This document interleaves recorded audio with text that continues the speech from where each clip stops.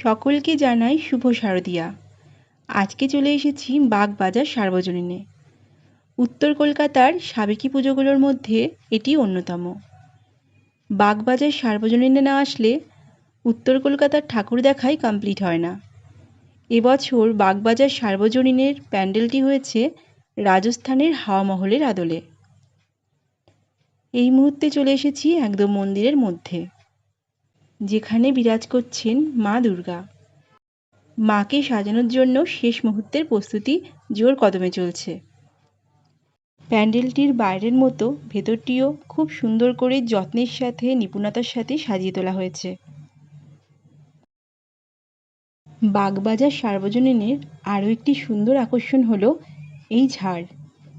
একদম মন্দিরের মাঝ বরাবর এই ঝাড়টি লাগানো হয়, আর চারিদিকের ডিজাইনটা দেখো কতটা সুন্দর লাগছে ঝাড়ের সাথে। তাহলে তোমরা অবশ্যই একবার উত্তর কলকাতায় ঠাকুর দেখতে আসলে বাগবাজার সার্বজনীন ঘুরে যেও, তোমাদের খুবই সুন্দর লাগবে। আজকের ভিডিও এইটুকুই।